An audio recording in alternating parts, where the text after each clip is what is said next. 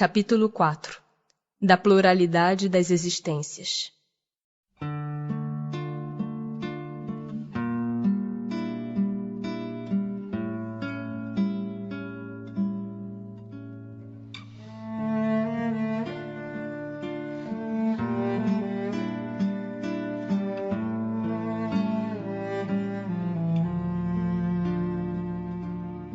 A reencarnação. Como pode a alma, que não alcançou a perfeição durante a vida corpórea, acabar de depurar-se? Sofrendo a prova de uma nova existência. Como realiza essa nova existência? Será pela sua transformação como espírito? Depurando-se, a alma indubitavelmente experimenta uma transformação. Mas para isso necessária lhe é a prova da vida corporal. A alma passa então por muitas existências corporais? Sim, todos contamos muitas existências. Os que dizem o contrário pretendem manter-vos na ignorância em que eles próprios se encontram. Esse o desejo deles. Parece resultar desse princípio que a alma, depois de haver deixado um corpo, toma outro, ou então que reencarna em novo corpo. É assim que se deve entender? Evidentemente. Qual o fim objetivado com a reencarnação? Expiação. Melhoramento progressivo da humanidade. Sem isto, onde a justiça? É limitado o número das existências corporais ou o espírito reencarna perpetuamente? A cada nova existência, o espírito dá um passo para diante na senda do progresso. Desde que se ache limpo de todas as impurezas, não tem mais necessidade das provas da vida corporal. É invariável o número das encarnações para todos os espíritos? Não. Aquele que caminha depressa a muitas provas se poupa.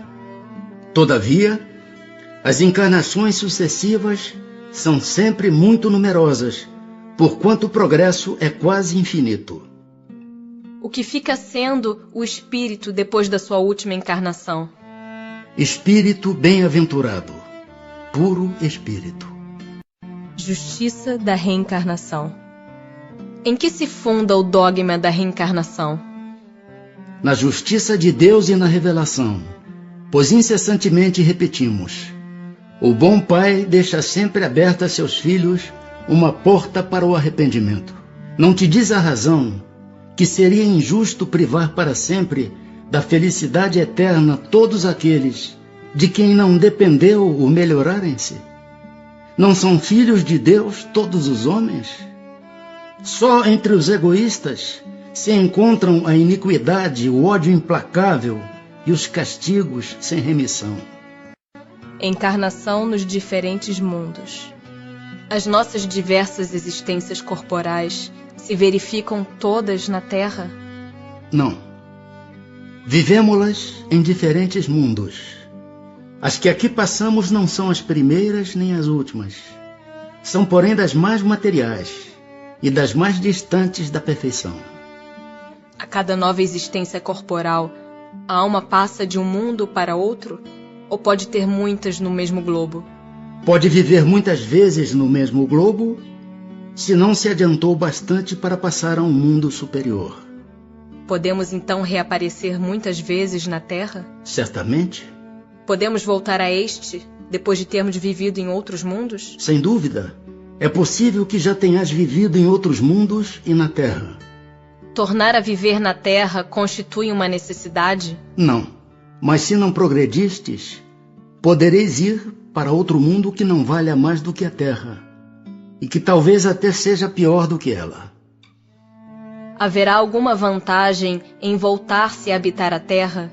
Nenhuma vantagem particular, a menos que seja em missão, caso em que se progride aí, como em qualquer outro planeta. Não se seria mais feliz permanecendo na condição de espírito? Não. Estacionar-se-ia, e o que se quer é caminhar para Deus. Depois de haver encarnado noutros mundos, podem os espíritos encarnar neste, sem que jamais aí tenham estado? Sim, do mesmo modo que vós em outros.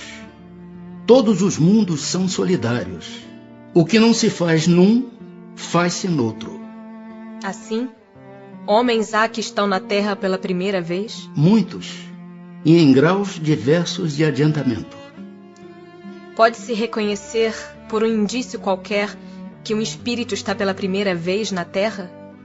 Nenhuma utilidade teria isso.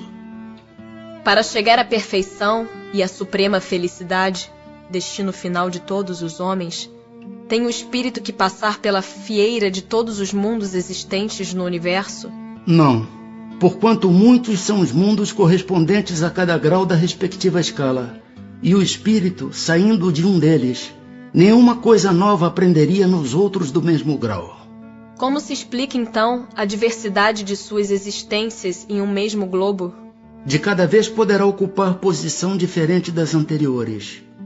E nessas diversas posições se lhe deparam outras tantas ocasiões de adquirir experiência. Podem os espíritos encarnar em um mundo relativamente inferior a outro onde já viveram? Sim, quando em missão, com o objetivo de auxiliarem o progresso, caso em que aceitam alegres as tribulações de tal existência, por lhes proporcionar meio de se adiantarem. Mas não pode dar-se também por expiação? Não pode Deus degradar para mundos inferiores espíritos rebeldes? Os espíritos podem conservar-se estacionários, mas não retrocedem. Em caso de estacionamento, a punição deles consiste em não avançarem, em recomeçarem, no meio conveniente à sua natureza, as existências mal empregadas. Quais os que têm de recomeçar a mesma existência? Os que faliram em suas missões ou em suas provas.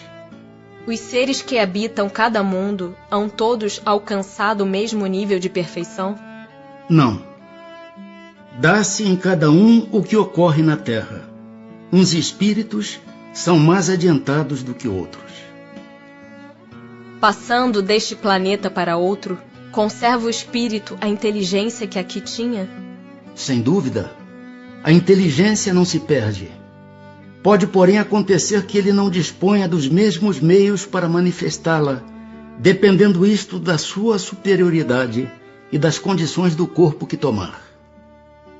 Os seres que habitam os diferentes mundos têm corpos semelhantes aos nossos?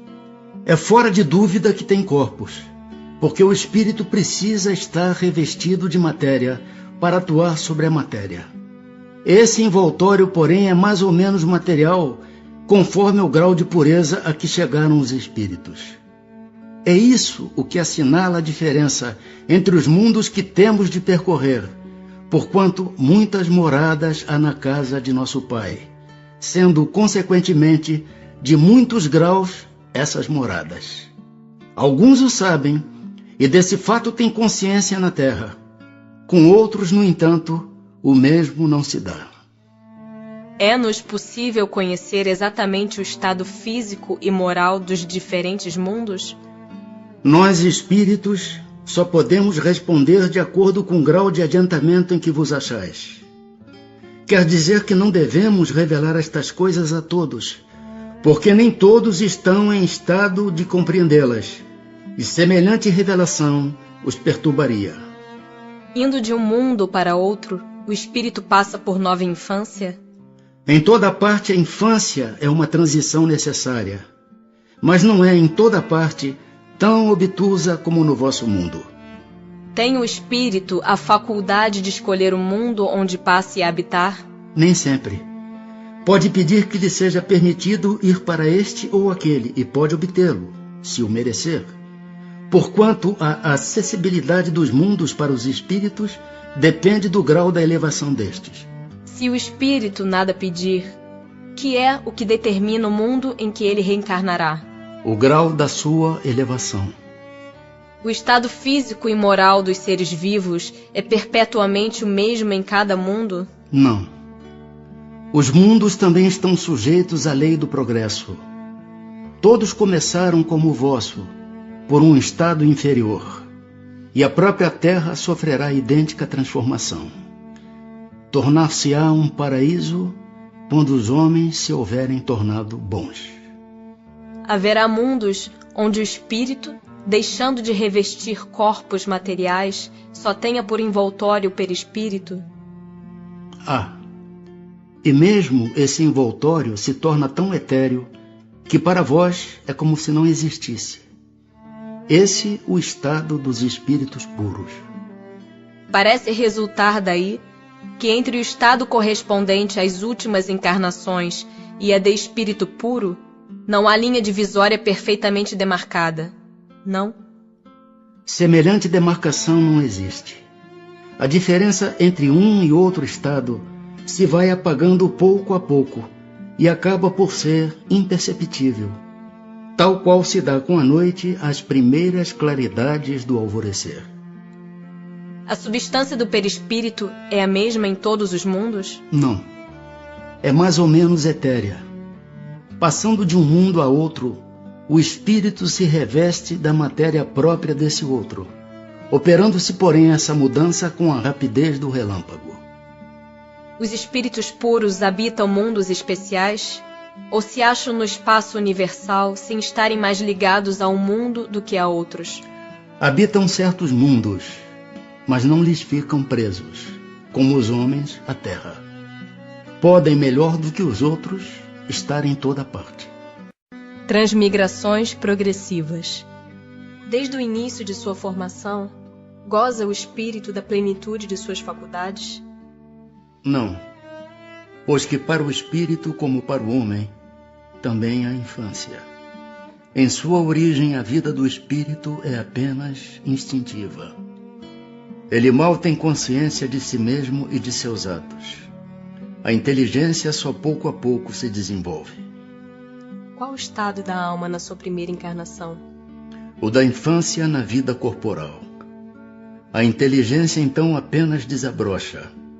A alma se ensaia para a vida. As dos nossos selvagens são almas no estado de infância?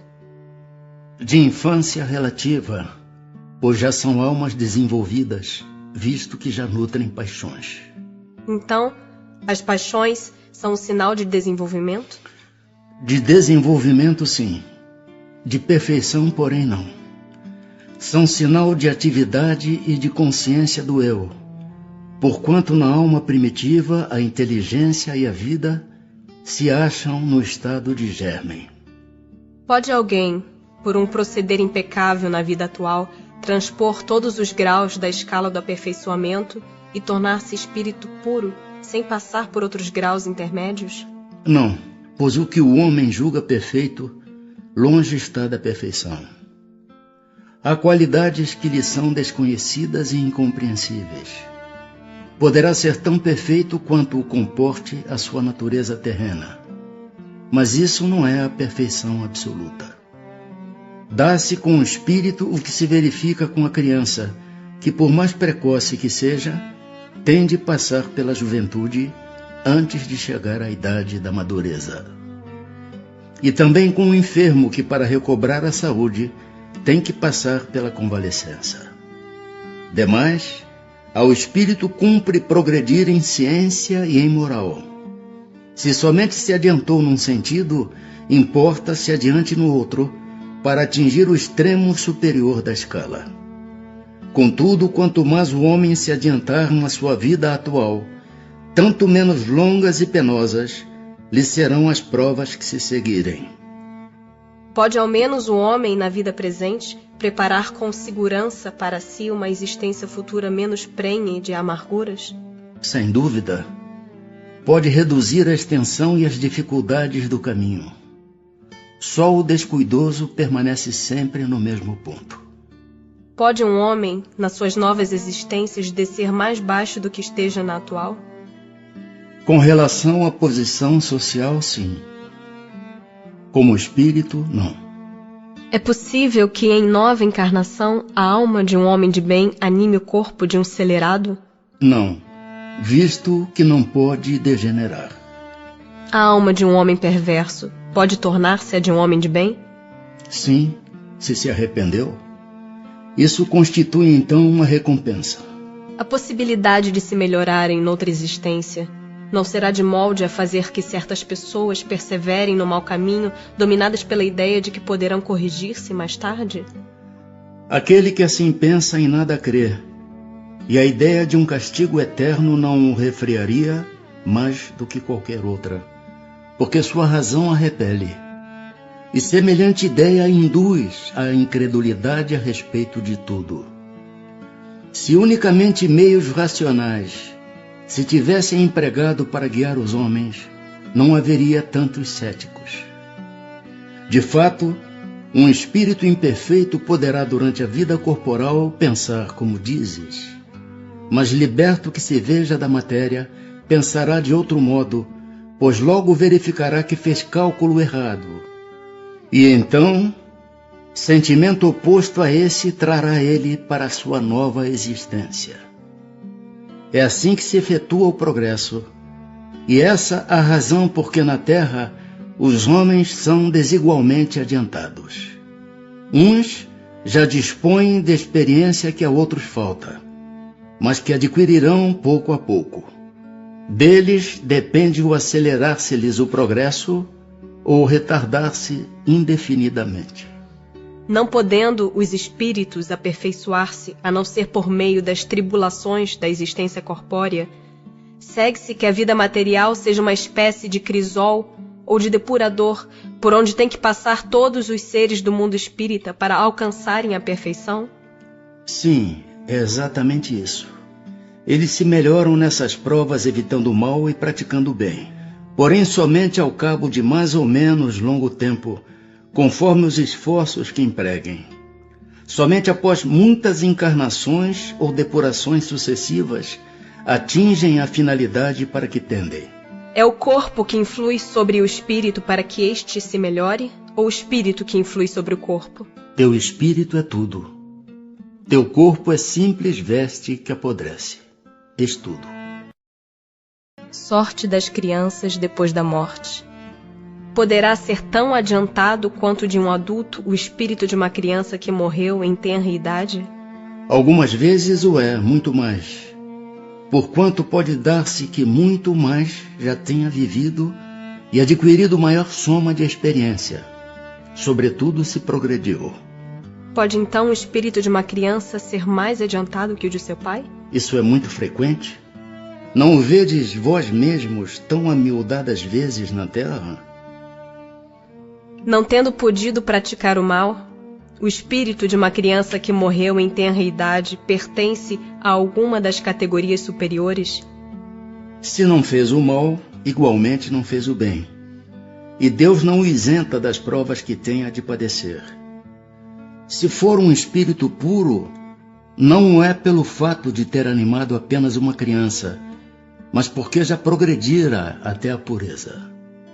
Por que tão frequentemente a vida se interrompe na infância? A curta duração da vida da criança pode representar para o espírito que a animava o complemento de existência precedentemente interrompida antes do momento em que devera terminar. E sua morte também não raro constitui provação ou expiação para os pais. Que sucede ao espírito de uma criança que morre pequenina? Recomeça outra existência. Sexos nos espíritos. Tem sexos os espíritos? Não como o entendeis, pois que os sexos dependem da organização. Há entre eles amor e simpatia, mas baseados na concordância dos sentimentos.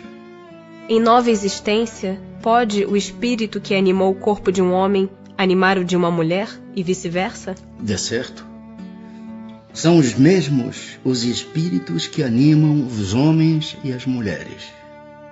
Quando errante, que prefere o espírito? Encarnar no corpo de um homem ou num de uma mulher? Isso pouco lhe importa. O que o guia na escolha são as provas por que haja de passar. Parentesco, filiação. Transmitem os pais aos filhos uma parcela de suas almas ou se limitam a lhes dar a vida animal a que mais tarde outra alma vem adicionar a vida moral? Dão-lhes apenas a vida animal, pois que a alma é indivisível. Um pai obtuso pode ter filhos inteligentes e vice-versa. uma vez que temos tido muitas existências, a nossa parentela vai além da que a existência atual nos criou? Não pode ser de outra maneira. A sucessão das existências corporais estabelece entre os espíritos ligações que remontam às vossas existências anteriores. Daí, muitas vezes, a simpatia que vem a existir entre vós e certos espíritos que vos parecem estranhos. A algumas pessoas, a doutrina da reencarnação se afigura destruidora dos laços de família, com o fazê-los anteriores à existência atual. Ela os distende, não os destrói. Fundando-se o parentesco em afeições anteriores, menos precários são os laços existentes entre os membros de uma mesma família. Essa doutrina amplia os deveres da fraternidade, porquanto no vosso vizinho ou no vosso servo pode achar-se um espírito a quem tenhais estado presos pelos laços da consanguinidade. Ela, no entanto, diminui a importância que alguns dão à genealogia, visto que qualquer pode ter tido por pai um espírito que haja pertencido a outra raça ou que haja vivido em condição muito diversa. É exato, mas essa importância assenta no orgulho. Os títulos, a categoria social, a riqueza, eis o que esses tais veneram nos seus antepassados. Um que coraria de contar como ascendente, honrado sapateiro, orgulhar-se-ia de descender de um gentil homem devasso. Digam, porém, o que disserem, ou façam o que fizerem, não impedirão a que as coisas sejam como são, que não foi consultando-lhes a vaidade que Deus formulou as leis da natureza. Do fato de não haver filiação entre os espíritos dos descendentes de qualquer família, seguir-se-á que o culto dos avoengos seja ridículo? De modo nenhum. Todo homem deve considerar-se ditoso por pertencer a uma família em que encarnaram espíritos elevados. Se bem os espíritos não procedam um dos outros, nem por isso menos afeição consagram aos que lhes estão ligados pelos elos da família, dado que muitas vezes eles são atraídos para tal ou qual família pela simpatia ou pelos laços que anteriormente se estabeleceram. Mas ficais certos de que os vossos antepassados não se honram com um culto que lhes tributais por orgulho. Em vós não se refletem os méritos de que eles gozem, senão na medida dos esforços que empregais por seguir os bons exemplos que vos deram. Somente nestas condições lhes é grata e até mesmo útil a lembrança que deles guardais. Parecenças físicas e morais. Frequentemente, os pais transmitem aos filhos a parecença física. Transmitirão também alguma parecença moral? Não. Que diferentes são as almas ou espíritos de uns e outros. O corpo deriva do corpo, mas o espírito não procede do espírito. Entre os descendentes das raças, apenas há consanguinidade. De onde se originam as parecenças morais que costuma haver entre pais e filhos? É que uns e outros são espíritos simpáticos, que reciprocamente se atraíram pela analogia dos pendores.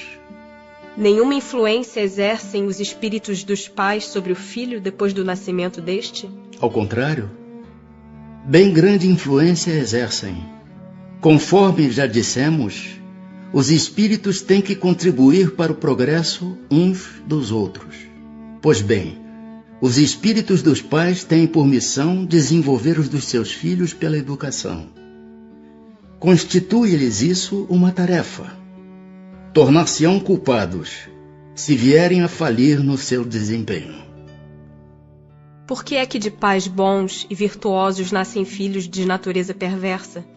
Por outra, por que é que as boas qualidades dos pais nem sempre atraem, por simpatia, um bom espírito para lhes animar o filho? Não é raro que um mau espírito peça-lhe sejam dados bons pais, na esperança de que seus conselhos o encaminhem por melhor senda. e muitas vezes Deus lhe concede o que deseja. Pelos seus pensamentos e preces, podem os pais atrair para o corpo em formação do filho um bom espírito, de preferência a um inferior? Não, mas podem melhorar o espírito do filho que lhes nasceu e está confiado. Esse é o dever deles. Os maus filhos são uma provação para os pais. De onde deriva a semelhança de caráter que muitas vezes existe entre dois irmãos, mormente se gêmeos? São espíritos simpáticos que se aproximam por analogia de sentimentos e se sentem felizes por estar juntos. Há dois espíritos, ou por outra, duas almas, nas crianças cujos corpos nascem ligados, tendo comuns alguns órgãos? Sim, mas a semelhança entre elas é tal que faz-vos pareçam, em muitos casos, uma só. Pois que nos gêmeos os espíritos encarnam por simpatia, donde provém a aversão que às vezes se nota entre eles? Não é de regra que sejam simpáticos os espíritos dos gêmeos. Acontece também que espíritos maus entendam de lutar juntos no palco da vida. Que se deve pensar dessas histórias de crianças que lutam no seio materno? Lendas. Para significarem quão inveterado era o ódio que reciprocamente se votavam, figuram-no a se fazer sentir antes do nascimento delas. Em geral, não levais muito em conta as imagens poéticas. Que é o que dá origem ao caráter distintivo que se nota em cada povo. Também os espíritos se grupam em famílias, formando-as pela analogia de seus pendores mais ou menos puros, conforme a elevação que tenham alcançado. Pois bem, um povo é uma grande família, formada pela reunião de espíritos simpáticos. Na tendência que apresentam os membros dessas famílias para se unirem, é que está a origem da semelhança que, existindo entre os indivíduos, constitui o caráter distintivo de cada povo. Julgas que espíritos bons e humanitários procurem para nele encarnar um povo rude e grosseiro? Não. Os espíritos simpatizam com as coletividades, como simpatizam com os indivíduos. Naquelas em cujo seio se encontrem, eles se acham no meio que lhes é próprio. Em suas novas existências, conservará o espírito traços do caráter moral de suas existências anteriores? Isso pode dar-se, mas melhorando-se ele muda. Pode também acontecer que sua posição social venha a ser outra. Se de senhor passa a escravo, inteiramente diversos serão os seus gostos e dificilmente o reconhecerias, sendo o espírito sempre o mesmo nas diversas encarnações. Podem existir certas analogias entre as suas manifestações, se bem que modificadas pelos hábitos da posição que ocupe, até que um aperfeiçoamento notável lhe haja mudado completamente o caráter, porquanto de orgulhoso e mau pode tornar-se humilde e bondoso, se arrependeu. E do caráter físico de suas existências pretéritas, conserva o espírito traços nas suas existências posteriores? O novo corpo que ele toma nenhuma relação tem com o que foi anteriormente destruído. Entretanto, o espírito se reflete no corpo. Sem dúvida que este é unicamente matéria. Porém, nada obstante, se modela pelas capacidades do espírito, que lhe imprime certo cunho, sobretudo ao rosto, pelo que é verdadeiro dizer-se que os olhos são o espelho da alma, isto é, que o semblante do indivíduo lhe reflete de modo particular a alma. Assim é que uma pessoa excessivamente feia, quando nela habita um espírito bom, criterioso, humanitário, tem qualquer coisa que agrada, ao passo que há rostos belíssimos que nenhuma impressão te causam, que até chegam a inspirar-te repulsão. Poderias supor que somente corpos bem moldados servem de envoltório aos mais perfeitos espíritos, quando certo é que todos os dias deparas com homens de bem sob um exterior disforme, sem que haja pronunciada parecença. A semelhança dos gostos e das inclinações pode, portanto, dar lugar ao que se chama um ar de família. Ideias inatas. Encarnado, conserva o espírito algum vestígio das percepções que teve e dos conhecimentos que adquiriu nas existências anteriores? Guarda vaga lembrança que lhe dá o que se chama ideias inatas. Não é então quimérica a teoria das ideias inatas? Não. Os conhecimentos adquiridos em cada existência não mais se perdem. Liberto da matéria, o espírito sempre os tem presentes. Durante a encarnação, esquece-os, em parte, momentaneamente. Porém, a intuição que deles conserva lhe auxilia o progresso.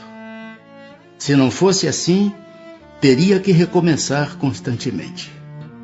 Em cada nova existência, o ponto de partida para o espírito é o em que na existência precedente ele ficou. Grande conexão deve então haver entre duas existências consecutivas?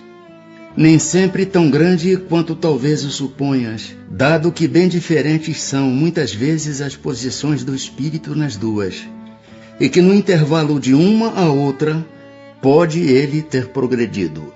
Qual a origem das faculdades extraordinárias dos indivíduos que, sem estudo prévio, parecem ter a intuição de certos conhecimentos, os das línguas, do cálculo e etc.? Lembrança do passado. Progresso anterior da alma, mas de que ela não tem consciência. De onde queres que venham tais conhecimentos? O corpo muda, o espírito, porém, não muda, embora troque de roupagem. Pode o espírito, mudando de corpo, perder algumas faculdades intelectuais? Deixar de ter, por exemplo, o gosto das artes? Sim, desde que conspurcou a sua inteligência ou a utilizou mal. Depois, uma faculdade qualquer pode permanecer adormecida durante uma existência por querer o espírito exercitar outra, que nenhuma relação tem com aquela. Esta então fica em estado latente para reaparecer mais tarde.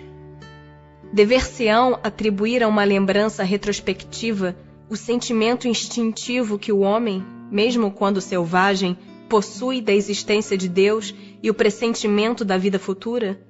É uma lembrança que ele conserva do que sabia como espírito antes de encarnar. Mas o orgulho, frequentemente, abafa esse sentimento. Serão devidas a essa mesma lembrança certas crenças relativas à doutrina espírita que se observam em todos os povos? Esta doutrina é tão antiga quanto o mundo. Tal o motivo por que em toda parte a encontramos, o que constitui prova de que é verdadeira. Conservando a intuição do seu estado de espírito, o espírito encarnado tem instintivamente consciência do mundo invisível, mas os preconceitos, seguidas vezes, falseiam essa ideia, e a ignorância lhe mistura a superstição.